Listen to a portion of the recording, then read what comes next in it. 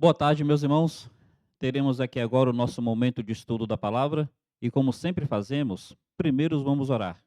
Quero pedir oração de uma forma especial pelo irmão Raimundo, esposo da irmã Zoraide. Ele sofreu AVC semana passada, já recebeu alta e está em sua casa. Está na casa de uma das filhas, mas a saúde dele está bem debilitada, está com limitação de movimento. Clamemos por graça ao coração dele e a toda a família. Falemos então com Deus. Amado Senhor, toda honra e toda glória sejam colocadas aos teus pés, porque só tu és digno. Agradecemos ao Senhor pelo privilégio de a ti pertencer e clamamos a ti para que seja com os nossos irmãos que passam por luta. O irmão Tiago Cunha, o irmão Gessé Santana, clamamos pelo irmão Novaes. Senhor, pedimos também pelo nosso irmão Raimundo, a irmã Daci, o irmão Clay. Ó Deus, ministra o teu cuidado. Senhor, seja com a nossa irmã Nice também, que vai fazer uma cirurgia. Abençoa cada um. Em nome de Jesus eu te peço, a Deus. Amém, Senhor. Amém. Meus irmãos, eu quero estudar com vocês hoje a parábola do trigo e do joio. Domingo à noite, a gente pregou sobre a parábola do semeador e depois da parábola do semeador, tem a parábola do trigo e do joio. Se você quiser entender bem o porquê dessas parábolas, assista a mensagem de domingo último à noite, domingo 26 de junho. Mas aqui eu queria pensar na parábola do trigo e do joio. Observe, por favor, como é que está. Mateus capítulo 13. Diz assim: Outra parábola lhes propôs, dizendo: O reino dos céus é semelhante a um homem que semeou boa semente no seu campo. Mas, enquanto os homens dormiam, veio o inimigo dele, semeou o joio no meio do trigo e retirou-se. E quando a erva cresceu e produziu fruto, apareceu também o joio. Então, vindo, os servos do dono da casa lhe disseram: Senhor, não semeaste boa semente no teu campo?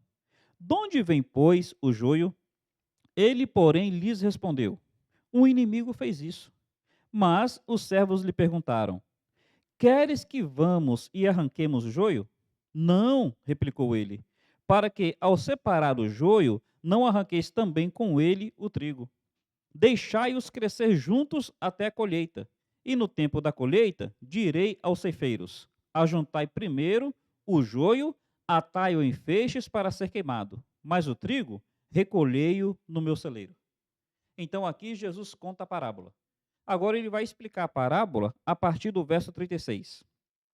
Então, despedindo as multidões, foi Jesus para casa. Chegando-se a ele os seus discípulos, disseram: Explica-nos a parábola do joio e do campo. E ele respondeu: O que semeia boa semente é o filho do homem. O campo é o mundo. A boa semente são os filhos do reino. O joio são os filhos do maligno. O inimigo que semeou é o diabo. A ceifa é a consumação do século. E os ceifeiros são os anjos. Pois assim como o joio é colhido e lançado ao fogo, assim será na consumação do século. Mandará o Filho do Homem os seus anjos, que ajuntarão do seu reino todos os escândalos e os que praticam a iniquidade, e os lançarão na fornalha acesa. Ali haverá choro e ranger de dentes. Então os justos resplandecerão como o sol no reino de seu Pai. Quem tem ouvidos para ouvir, ouça. Então, meus irmãos, nós estamos vendo aqui a parábola do joio e do trigo. No passado, falava-se muito sobre ensinos assim. Hoje tem se falado muito pouco. E hoje são os dias onde mais ensinos assim precisam ser apresentados. Jesus está dizendo que o reino dos céus, observe o verso 24, o reino dos céus é comparado a essa realidade. Então, Jesus está pegando uma situação agrícola. No campo, a pessoa vai semear o trigo, porque o trigo é uma erva útil. O trigo é uma erva de bom fruto. O trigo é algo produtivo, salutar, saudável.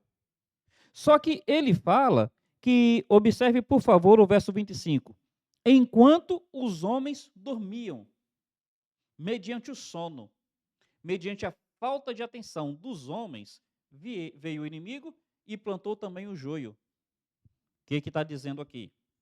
Nós que não conhecemos muito desses aspectos de agricultura, às vezes a gente não sabe o porquê que está colocando aqui trigo e joio. O joio é uma erva muito semelhante ao trigo. Então, o joio parece com o trigo, tanto quando é pequeno quanto quando cresce. Só que a diferença é o fruto. O trigo produz um fruto útil, o joio produz um fruto inútil. Então, o que acontece? O inimigo colocou o joio para que aquela safra não fosse uma safra lucrativa, não fosse uma safra vantajosa. Jesus está dizendo que, infelizmente, essa é uma realidade espiritual do povo de Deus. Sempre haverá joio no meio do trigo. Observe, como é que começa o mundo? Começa o mundo com Adão e Eva. Os dois, trigo. Aparece então a serpente já é o joio. E a serpente então induz o casal a pecar. Esse casal vai ter filhos. Como é que os filhos são? Caim e Abel. Joio e trigo. Caim mata Abel. Vem então Sete. A Bíblia fala que vem a descendência de Caim, joio. E vem a descendência de Sete, trigo. E no capítulo 6, então, as duas descendências se misturam.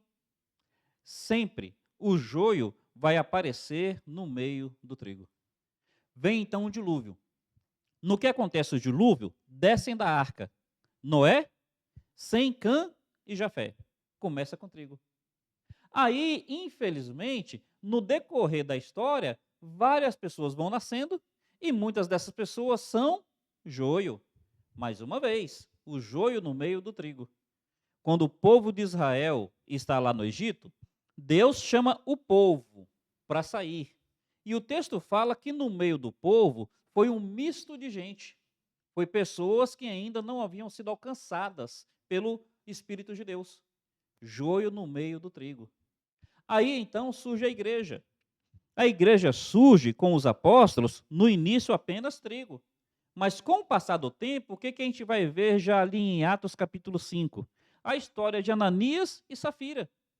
Joio no meio do trigo. O que a gente vai ver lá em Atos capítulo 8? Aquele homem chamado Simão, o encantador. Joio no meio do trigo. Então, na história bíblica, o reino dos céus sempre teve essa dinâmica. Começa com salvos.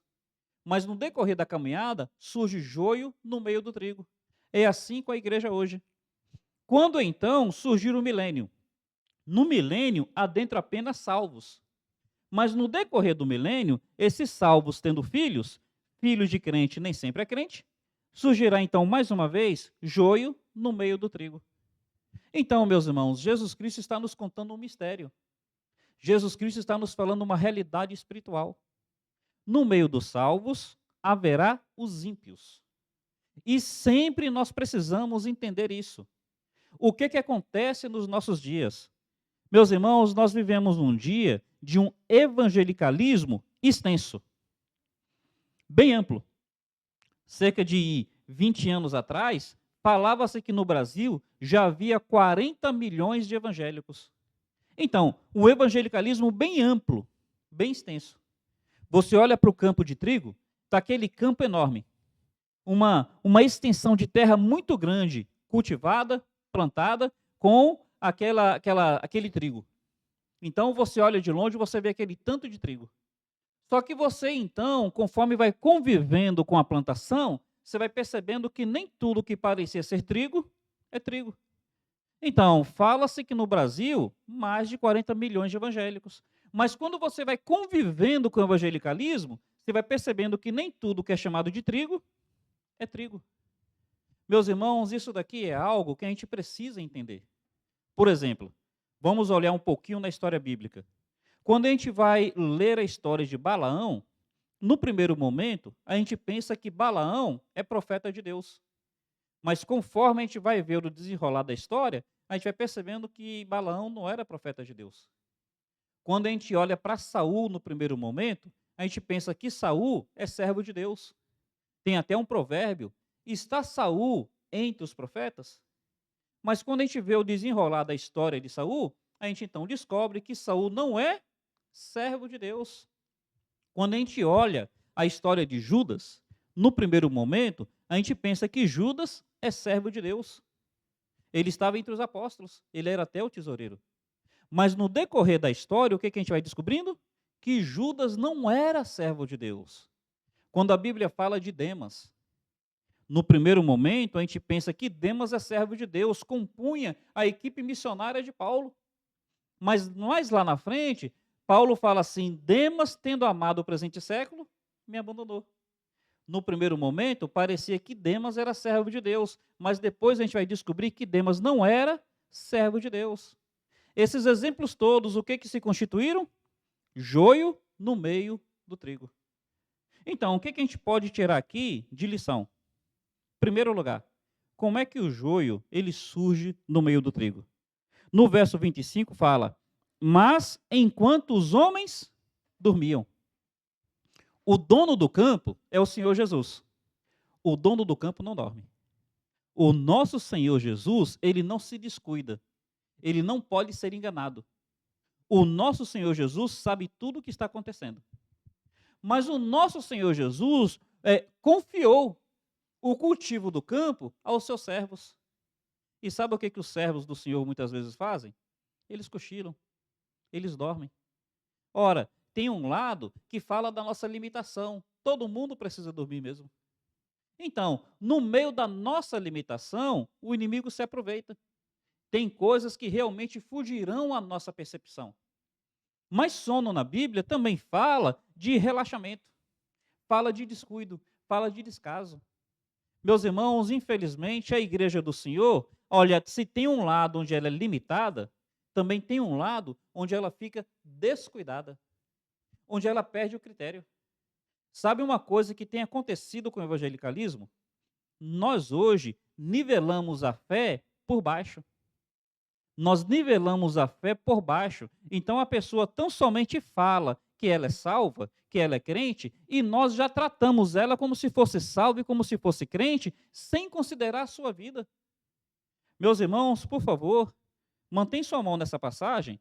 Olhe ainda no Evangelho de Mateus, o finalzinho do Sermão do Monte, capítulo 7. Capítulo 7, Jesus, quando vai terminar, ele vai dizer assim, verso 21, nem todo o que me diz Senhor, Senhor, entrará no reino dos céus, mas aquele que faz a vontade de meu Pai que está nos céus. Muitos naquele dia hão de dizer-me, Senhor, Senhor, porventura não temos nós profetizado em teu nome, e em teu nome nós expelimos demônios, e em teu nome não fizemos milagres? Então lhes direi explicitamente, nunca vos conheci. Apartai-vos de mim, os que praticais iniquidade. Meus irmãos, Jesus está advertindo na sua palavra, nem todo mundo que diz Senhor, Senhor. Muitos são joio no meio do trigo. Nem todo mundo que chega com uma profissão de fé bonita. Muitos são joio no meio do trigo. O que a gente precisa entender com isso? Não podemos ser sonolentos acerca dessas coisas. Enquanto os homens dormiam, o inimigo veio e plantou joio. É pela falta de atenção, pela falta de percepção, pela falta de discernimento. Não podemos nivelar o evangelho por baixo. Jesus Cristo, ao terminar o Sermão do Monte, ele coloca esse ensino e ele vai falar sobre 2 tipos de árvores. E ele fala, pelos frutos o conhecereis. Ele fala sobre 2 caminhos, o largo da perdição, o estreito da salvação. Ele fala sobre 2 fundamentos, sobre 2 casas. Meus irmãos, ele não está dizendo que tem meio salvo. Ele está dizendo que tem o totalmente salvo e o totalmente perdido. Que, infelizmente, muitas pessoas acabam se enganando, deixando-se enganar e enganando os outros. Não nivelemos a fé por baixo. Não aceitemos que nós durmamos para que o inimigo se aproveite do nosso sono e plante joio no meio de nós.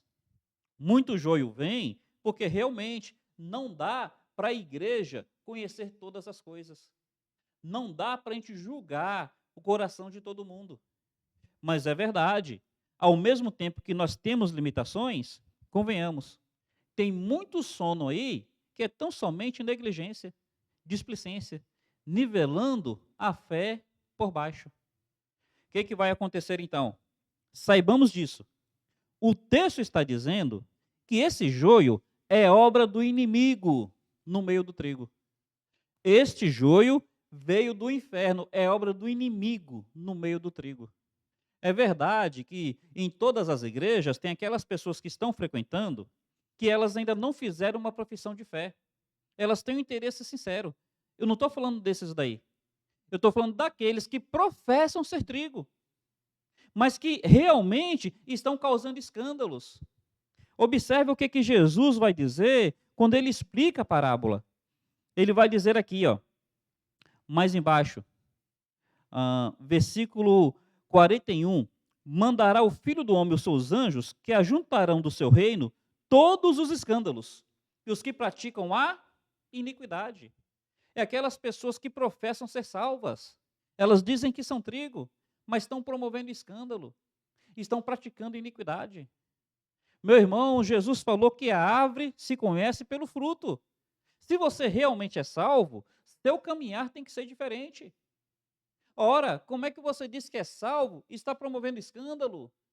Como é que você diz que é salvo e está praticando iniquidade? O que acontece no passado, quando alguém dizia que era crente, quando alguém dizia que era cristão, quando alguém dizia que era evangélico, quando alguém dizia que seguia Jesus, ele mostrava a diferença. E as pessoas esperavam diferença. Ora, era o trigo se esforçando, o joio se esforçando para parecer com trigo, ou o trigo sendo realmente trigo. Hoje em dia, o que acontece? A pessoa diz que segue Jesus Cristo, mas ela vive do jeito que o mundo vive. Ela fala do jeito que o mundo fala. Ela se comporta do jeito que o mundo se comporta. Ela se veste do jeito que o mundo se veste. Vamos trazer uma reflexão para nós. É o mistério do reino. O joio no meio do trigo. Considere consigo, você está sendo joio ou você está sendo trigo? O que você é realmente? Jesus Cristo, ele vai adiante e ele vai dizer o seguinte, isso daqui é um mistério muito importante para a gente entender. Verso 27, vindo os servos do dono da casa, lhe disseram, Senhor, não semeaste boa semente no teu campo? De onde vem o joio? Senhor, olha, a tua semente é semente de salvação. Por que não está havendo salvos? Por que tem essas pessoas aí? Parecem trigo, mas vivem como joio. Parecem salvos, mas vivem como perdidos. Verso 28, ele, porém, lhes respondeu, o inimigo fez isso. Meu irmão, olha, cuidado, cuidado. Que eu seja, no reino de Deus, semente do céu e não semente do inferno. Que eu seja no reino de Deus plantado por Jesus e não plantado pelo diabo. Pensa bem no que Jesus está dizendo. Esse joio foi plantado pelo diabo, foi plantado pelos demônios, foi plantado pelo inferno. Rapaz, o que você está sendo na igreja de Jesus Cristo? Plantado por Jesus para realmente produzir fruto? Para realmente beneficiar o reino? Ou está sendo plantado pelo inferno para atrapalhar o reino de Deus? Meu irmão, olha, para que se planta trigo? Para que outros se alimentem daquele trigo. Então, eu preciso estar no reino de Deus sendo bênção para aqueles que estão à minha volta. Bênção para os salvos, bênção para os perdidos. Mas para que se planta o joio? O joio é uma erva daninha. O joio é plantado para prejudicar a ceifa, para prejudicar a safra. Meu irmão, pense consigo, o que nós estamos sendo? Instrumentos de bênção ou instrumentos de tropeço? Jesus, ele vai dizer um pouco mais. Quando perguntam para ele, verso 28, mas os servos lhe perguntaram, queres que vamos e arranquemos o joio? Ele diz, não, não. Replicou ele, para que ao separar o joio, não arranqueis também com ele o trigo. Aqui dá para a gente pensar em algumas lições. A primeira é que nesse mistério espiritual, o joio, às vezes, ele se parece tanto com o trigo, que no primeiro olhar você não sabe quem que é quem. Em primeiro lugar, isso. Mas veja, nesse ponto, é o joio parecendo com o trigo ou o trigo parecendo com o joio? Essa confusão é por quê? Dá um exemplo melhor. Tem o bode e tem a ovelha. A ovelha representa o salvo, o bode representa o perdido. É o bode que se esforça para parecer com a ovelha ou a ovelha que está vivendo como bode? Meus irmãos, olha, quando o texto aqui está dizendo que nos confunde é porque o joio parece com o trigo. Não é porque o trigo parece com o joio. Nos confunde é porque o ímpio, ele se esforça para viver como se fosse crente. Não é porque o crente está vivendo como se fosse ímpio. Porque se a pessoa estiver vivendo como se fosse ímpio, tem confusão nenhuma não. Como é que Jesus Cristo nos ensinou? Se teu irmão pecou contra ti, vai até ele somente. Ele se arrependeu? Ganhaste teu irmão, é trigo. Ele não se arrependeu. Reúne 2 ou 3 pessoas e vão até ele. Ele se arrependeu? Ganhaste teu irmão, é trigo. Ele não se arrependeu? Leva à igreja. Já que não quer ser trigo, que não quer viver como trigo, leva à igreja e considera-o como gentil e publicano. É joio. O que Paulo disse lá em 1 Coríntios 5, quando havia alguém vivendo na prática da imoralidade? Paulo falou, olha, eu já determinei, eu estou de longe. Mesmo de longe, eu já determinei em meu espírito que nós nos reunamos e entreguemos essa pessoa ao diabo para a destruição da carne e seu espírito ser salvo no último dia. Se ele é joio, não, se ele é trigo, que no último dia mostre que é trigo. Mas hoje está vivendo como joio, e como joio tem que entregar as trevas. Meus irmãos, olha, o ímpio vivendo, se esforçando para viver como salvo, a gente fica confuso. Mas aquele que diz que é salvo vivendo como ímpio, tem confusão nenhuma não. A Bíblia manda realmente tratar com disciplina, tratar com exclusão, e exclusão severa, entregar a Satanás. Mas observe aqui uma outra lição que a gente vai tirar. Jesus fala assim, não, verso 29, replicou ele, para que ao separar o joio, não arranqueis também com ele o trigo. É que ao mesmo tempo que muitas vezes o joio está parecendo com o trigo, Jesus também está dizendo para a gente tomar cuidado, para a gente não fazer uma caça às bruxas no reino dos céus. Não fazer uma caça às bruxas, porque aí a gente sai assim, tirando, atacando gregos e gentios. Então a gente acaba fazendo com que pessoas que realmente são salvas acabem saindo da igreja. Aí o nosso cuidado é a gente partir realmente de fatos e não de impressões. Realmente de fatos e não de impressões. Porque realmente, meus irmãos, às vezes nós também podemos acabar tirando pessoas que são salvas do nosso convívio por impressões erradas. Então a Bíblia está nos ensinando que a gente precisa ter muito critério nessa área, precisa ter muito cuidado. Qual é então o ponto principal? Qual é então a essência? Meus irmãos, a essência é que haverá então um julgamento futuro. E isso daqui é que leva o trigo a refletir e a temer. E quem sabe, se houver algum joio, que ele venha se quebrantar diante dessa palavra. Observe o que Jesus vai dizer aqui. Verso 30. Deixai-os crescer junto até a colheita. E no tempo da colheita direi aos ceifeiros, ajuntai primeiro o joio. Atai-o com feixes para ser queimado, mas o trigo recolhei-o no meu celeiro. Meus irmãos, o ponto central é este: haverá um julgamento futuro. Aqui nessa vida, nós ainda não conseguimos determinar literalmente quem é joio e quem é trigo. O que a gente precisa fazer é ser vigilante, é ser diligente. Mas haverá um julgamento final. Olha o que Jesus vai dizer. Verso 40. Aliás, verso 39. O inimigo que o semeou é o diabo. A ceifa é a consumação do século. Meus irmãos, haverá um julgamento futuro. 41. Mandará o Filho do Homem os seus anjos que ajuntarão do seu reino todos os escândalos e os que praticam a iniquidade, e os lançarão na fornalha acesa. Ali haverá choro e ranger de dentes. Meus irmãos, olhem, entendamos isso. Haverá um julgamento futuro. Isso daqui leva quem é trigo a refletir e a temer. e quem sabe, aqueles que são joios possam se quebrantar ouvindo essa palavra. Pensa bem, haverá um julgamento futuro. Nós podemos nos enganar e enganar os outros por algum tempo, mas nós nunca vamos enganar o Senhor em tempo nenhum. E chegará o momento onde virá luz a todas essas coisas.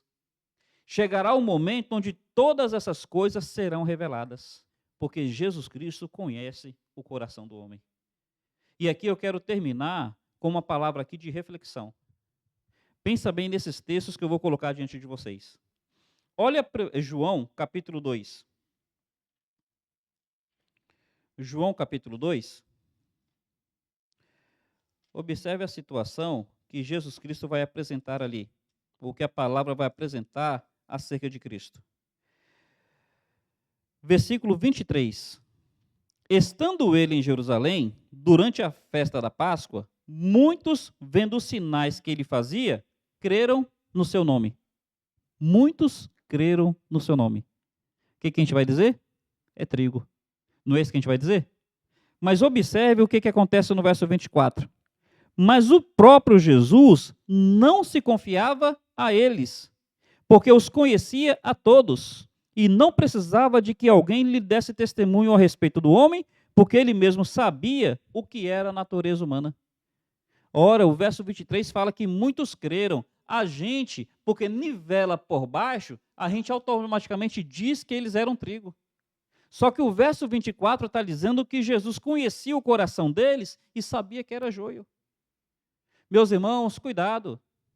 Cuidado. Esse evangelicalismo extenso que existe hoje, a gente fica achando que é tudo salvo. Tem tanto trigo nesse meio. Tem tanto joio nesse meio. Tem tanto joio. Meus irmãos, esse evangelicalismo aí sem compromisso, esse evangelicalismo sem transformação de vida, esse evangelicalismo só centrado no eu e nunca centrado no reino, um evangelicalismo que não tem renúncia, um evangelicalismo que não tem arrependimento, que não tem quebrantamento, que não tem santificação, que não tem consagração, o evangelicalismo que não tem entrega, que não pensa no reino, que não pensa na eternidade, que só pensa em si e só pensa no agora. Isso é coisa de joio, isso não é de trigo. As pessoas estão dizendo que creem, mas Jesus não confia nessas coisas. Pense bem nisso. Indo um pouco adiante, eu quero deixar 2 últimos versículos para a gente refletir acerca disso. Observe, por favor, Atos, capítulo 8. Atos, capítulo 8. Olha o verso 9. Ora, havia certo homem chamado Simão. Ele praticava a mágica, iludindo o povo de Samaria, insinuando ser ele grande vulto. O qual todos davam ouvidos do menor ao maior, dizendo, este homem é o poder de Deus, chamado grande poder. Aderiram a ele, porque havia muitos iludia com mágica. Então está aí Simão. Ímpio, pagão. O verso 12 fala, quando, porém, deram crédito a Filipe, que os evangelizava, a respeito do reino de Deus e do nome de Jesus, iam sendo batizados, assim homens como mulheres. O próprio Simão abraçou a fé e, tendo sido batizado, acompanhava Filipe de perto, observando extasiado os sinais e grandes milagres praticados. O que a gente vai dizer desse Simão? Converteu. Ele abraçou a fé, ele se batizou. E ele ficava acompanhando Filipe. Ele ficava olhando os milagres que Filipe fazia. Meus irmãos, no primeiro momento a gente não pensa que ele se converteu. Mas olha o que vai acontecer um pouquinho embaixo. O versículo 19, aliás, a partir do verso 18.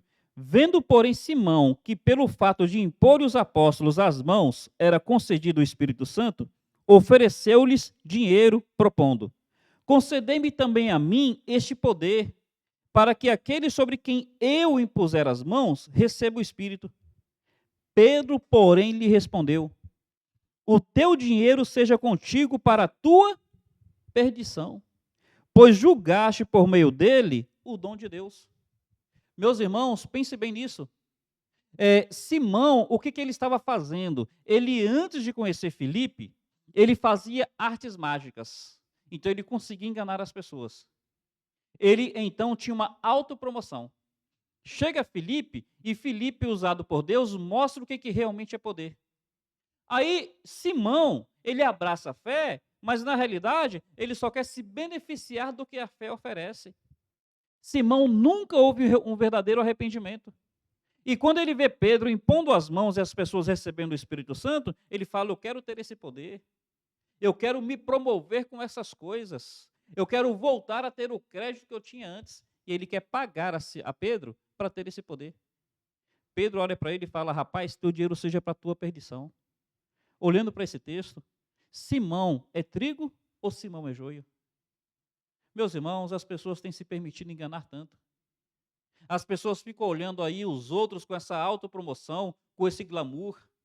Muita gente batendo palma, e eles se colocam como se fossem profetas, eles se colocam como curandeiros, eles se vendem uma imagem de piedade. Tem havido muito trigo no meio, muito joio no meio do trigo. Reflita sobre isso. Eu quero colocar uma última palavra para então nós orarmos. Olha, por favor, 2 Coríntios, capítulo 13. 2 Coríntios, capítulo 13. Versículo 5. Examinai-vos a vós mesmos, se realmente estáis na fé. Provai-vos a vós mesmos. Ou não reconheceis que Cristo está em vós, se não é que já estáis reprovados? Meus irmãos, eu termino com essa palavra. Olha, nós precisamos fazer um autoexame. O texto está dizendo: examinai-vos a vós mesmos. Você realmente é trigo? Ou você é apenas joio no meio do trigo? Reflita sobre isso. Você realmente é salvo? Você já teve uma experiência de transformação? Você realmente já nasceu de novo? O que que realmente está em evidência na sua vida? Cristo ou você? O coração de Cristo ou o seu coração? A vontade de Cristo ou a sua vontade? Tem havido real compromisso? Tem havido quebrantamento? Tem havido arrependimento? Tem havido renúncia? Examinai-vos. Meus irmãos, um dia haverá uma grande colheita. Essa colheita será para a perdição do joio, para a perdição do ímpio. Essa colheita será para a salvação do trigo. Essa colheita será para a glória dos salvos. Reflitamos, provai a vós mesmos, examinai-vos. Que nós possamos atestar com o Espírito de Deus em nossos corações que nós realmente somos filhos de Deus. Que o Senhor confirme isso na sua vida, ou que o Senhor produza arrependimento em nós, se isso ainda não estiver acontecendo conosco. Que a boa mão do Pai seja com a gente. Vamos orar. Pai, eu quero agradecer pela Tua palavra e suplicar pela Tua misericórdia sobre nós.